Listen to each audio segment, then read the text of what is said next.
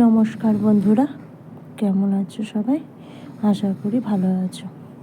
আজ রথযাত্রা উপলক্ষে আমরা গেছিলাম বোলপুর মকরমপুরে আশ্রমে।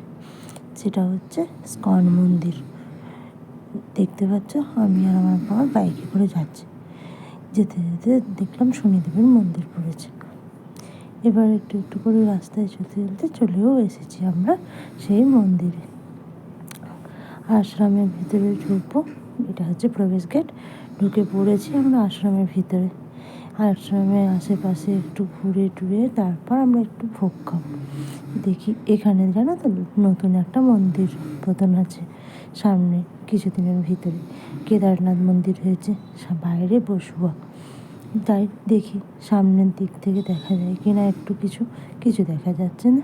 এরপর রথটাকে সুন্দর করে সাজিয়েছে, সেটা দেখার জন্য একটু এগিয়ে এলাম। তোমাদেরকেও দেখাচ্ছি, দেখো মকরমপুরের রথটা কি সুন্দর সাজিয়েছে।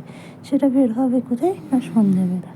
এর পাশে ছিল গোশালা, সেটা আর কাছে যেতে পারিনি, কারণ কি খাওয়ার জন্য সবাই বসে পড়েছে। তাই বসলাম আমিও, সবার সঙ্গে আমিও খেতে বসেছি। খেতে বসার পরে সবার সাথে দেখে বেশ ভালো লাগলো, সবাই এসেছে দেখে। প্রসাদ তো সবাই কম বেশি সবাই খেতে ভালোবাসি, তাই আমিও খেতে বসলাম।